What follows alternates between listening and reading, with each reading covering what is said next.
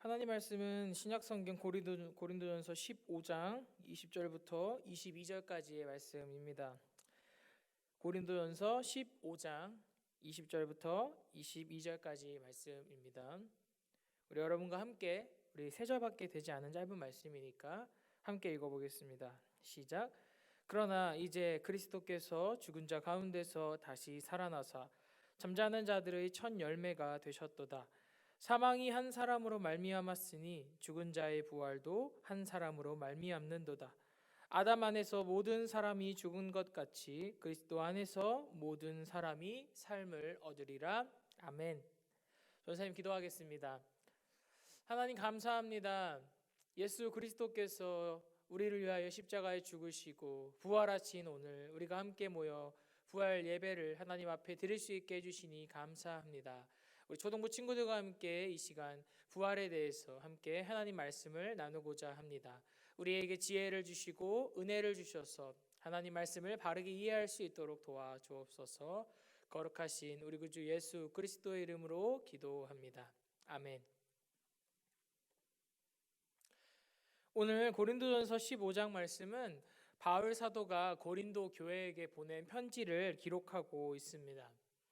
여러분이 아마 몇 번 들어봤을 텐데 고린도전서는 그리고 고린도후서는 장마다 무슨 장 이런 식으로 이름이 붙은 것들이 몇 가지 있는데요. 특별히 고린도전서 15장은 우리가 부활장이라고 부르는 장입니다. 왜냐하면 바울 사도는 이 고린도전서 15장을 통해서 부활이 어떤 것인지에 대해서, 부활이 가지는 의미에 대해서 우리에게 아주 잘 알려주고 있기 때문입니다. 오늘 20절 말씀은 예수 그리스도께서 죽은 자 가운데서 다시 살아나셨다라고 기록하고 있습니다. 여러분, 모든 사람은 반드시 죽을 수밖에 없습니다. 그 어떠한 사람도 죽음이라고 하는 것으로부터 자유로울 수 없습니다. 왜 그럴까요? 왜 모든 사람은 반드시 죽을 수밖에 없게 되었을까요? 성경은 그 죽음이라고 하는 것의 이유는 바로 모든 사람이 죄인이기 때문이다 라고 가르치고 있습니다. 저와 여러분은 모두 죄인이기 때문에 이 죽음이라고 하는 형벌로부터 자유로울 수가 없습니다. 물론 여러분들은 아직 어리고 아직은 아주 어린 나이이기 때문에 죽음이 무엇인지에 대해서 생각해 본 적도 없을 거고, 죽음이 과연 나와 관계가 있을까라고 생각할 수도 있어요. 왜냐하면 아직 여러분은 어리기 때문입니다.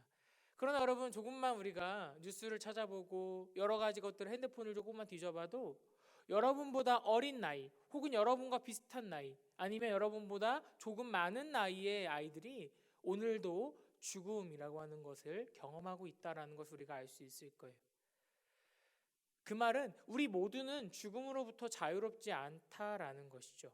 우리 모두는 죽을 수밖에 없습니다. 그것이 조금 늦을 수도 있고 누군가는 조금 이를 수도 있습니다. 하지만 우리 모두는 죄인이기 때문에 이 죽음이라고 하는 것으로부터 자유로울 수 없다라는 것이죠. 여러분, 사탄 마귀는 이 죽음이라고 하는 무기를 아주 잘 사용하는 아주 악한 존재예요. 모든 사람은 죽음에 대해서 두려워할 수밖에 없습니다. 왜냐하면 내가 언제 죽을지도 모르고 내가 죽은 후에 어떠한 일이 일어날지도 사람은 절대 알 수 없기 때문이에요. 그래서 마귀는 우리에게 이렇게 얘기합니다. 너희는 어차피 죽을 수밖에 없어. 그러니까 이 땅에서 너희가 하고 싶은 거 다 하고, 이 땅에서 너희가 누리고 싶은 걸 다 누리고, 이 땅에서 삶이 끝이니까 너희가 거기서 최대한의 행복을 누려. 그게 하나님의 뜻과 관계 있든 관계 없든 그것은 중요하지 않아. 너희의 즐거움과 너희의 행복을 이 땅에서 경험해야만 해라고 우리를 유혹합니다. 때로는 죽음을 무기로 삼아서 우리를 지배하려고 합니다. 너희는 어차피 죽음의 노예가 될 수밖에 없어. 너희는 어차피 죽음을 이겨낼 수가 없어. 그러니까 너희는 나의 노예로서 죄를 지으며 살아가야만 해라고 때로는 우리를 협박하기도 한다라는 것이죠. 그런데요, 예수님께서는 이 죽음을 이기셨습니다. 그래서 우리 예수님은 참 하나님이시며 우리를 구원하신 참된 구세주가 되실 수 있는 분인 것이에요. 여러분, 우리 가운데 죽음을 이길 수 있는 사람은 아무도 없습니다. 우리 모두는 죽을 수밖에 없고요, 우리 모두는 죽음을 피해갈 수가 없습니다. 죽었다가 다시 살아날 수도 없는 존재가 바로 우리들이에요. 여러분이 어떠한 존재이든, 여러분의 부모님이 얼마나 좋은 분이시든, 여러분이 얼마나 잘난 사람이든 중요하지 않습니다. 우리는 절대 죽음을 이겨낼 수 없습니다. 그러나 오늘 바울 사도는 우리에게 이렇게 말합니다. 예수 그리스도께서는 죽은 자 가운데서 다시 살아나셔서 잠자는 자들의 첫 열매가 되셨다라고 말해요. 여러분, 예수 그리스도께서는 부활하셨습니다. 우리의 죄를 위해서 십자가의 대속의 죽음을 죽으신 그 이후에 그렇게 끝난 것이 아니라, 그렇게 한 사람의 착한 사람으로 이 땅의 삶을 끝내신 것이 아니라, 죽으신 지 사흘 만에 3일 만에 찬란하게 부활하셨습니다. 여러분, 그리고 이제 그 예수 그리스도께서, 예수님께서 그 행하신 그 부활의 그 모든 것들을 우리에게 선물로 주셨습니다. 오늘 21절 말씀은 이렇게 기록하고 있습니다. 사망이 한 사람으로 말미암았으니 죽은 자의 부활도 한 사람으로 말미암았다라고 말합니다. 여러분, 우리 모두가 죄인일 수밖에 없는 이유는 우리 모두는 아담의 자손이기 때문이에요. 하나님께서는 최초의 인간인 아담과 하와를 창조하셨는데 그 두 사람은요, 하나님의 뜻에 순종하기만 하면 영원히 영생을 누릴 수 있는 사람들이었어요. 죽지 않을 수도 있었다라는 것이죠. 그러나 그들이 어떻게 됐죠? 우리가 잘 알듯이 그 두 사람은 하나님의 말씀에 순종하지 않고 스스로가 하나님이 되고자 하였습니다. 그리고 그것이 바로 죄이죠.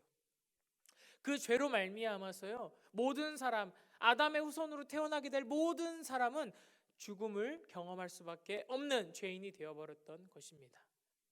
불공평한가요?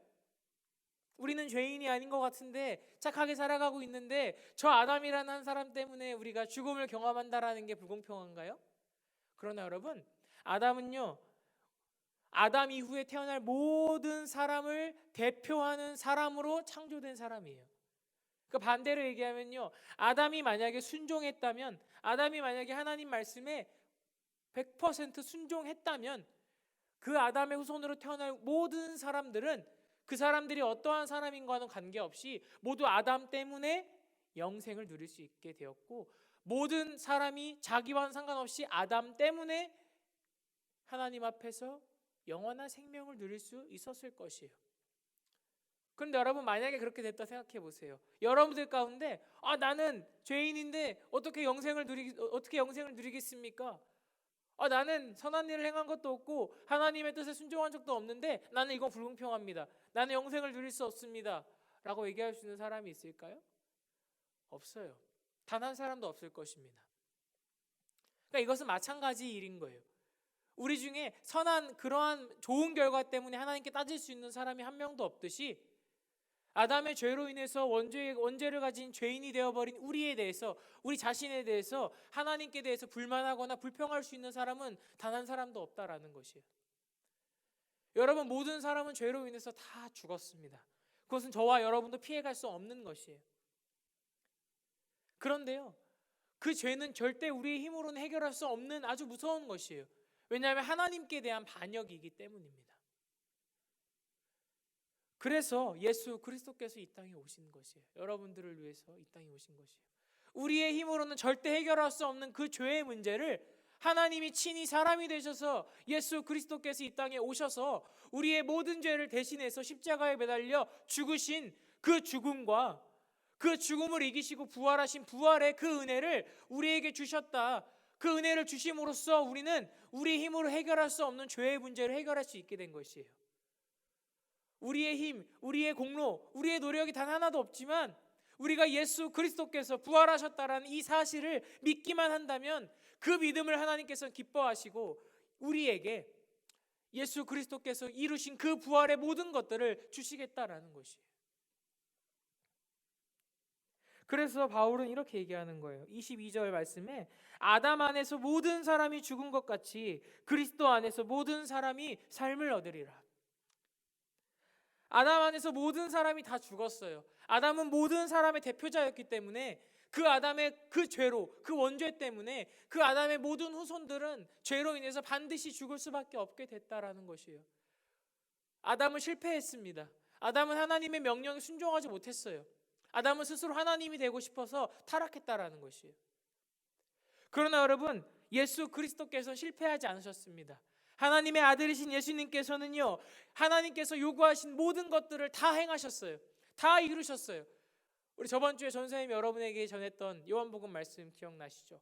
예수님께서 십자가에 매달려 죽으시기 바로 직전에 마지막으로 하셨던 말씀이 바로 다 이루었다. 내가 다 이루었다라고 하는 말씀이에요. 여러분, 아담은 스스로 하나님이 되고자 타락했습니다. 그러나 두 번째 아담으로 우리에게 오신 예수님은요, 실패하지 않으셨어요. 하나님의 원하셨던 모든 것들을 다 이루셨고요, 100%, 단 1%의 부족함도 없이 다 이루셨다라는 것이에요. 그래서 우리는 그 예수 그리스도를 믿기만 하면 마치 우리가 아담 안에서 아담으로 인해서 죽었던 것처럼 우리는 이제 예수 그리스도 안에서 예수 그리스도 때문에 영원히 살아갈 수 있게, 영원히 살 수 있는 영생을 약속받을 수 있게 됐다라는 것이에요. 여러분, 부활절은 여러분에게 어떠한 것입니까? 부활절은요, 단순히 그냥 예수님이 살아나셨구나라고 생각하고 마는 게 아니에요.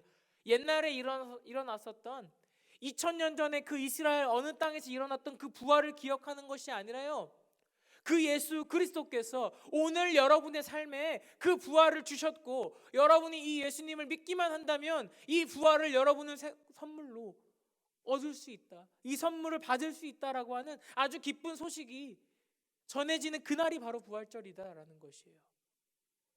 사랑하는 초등부 친구 여러분, 여러분 모두는 이 부활을 소유하셨으면 좋겠어요.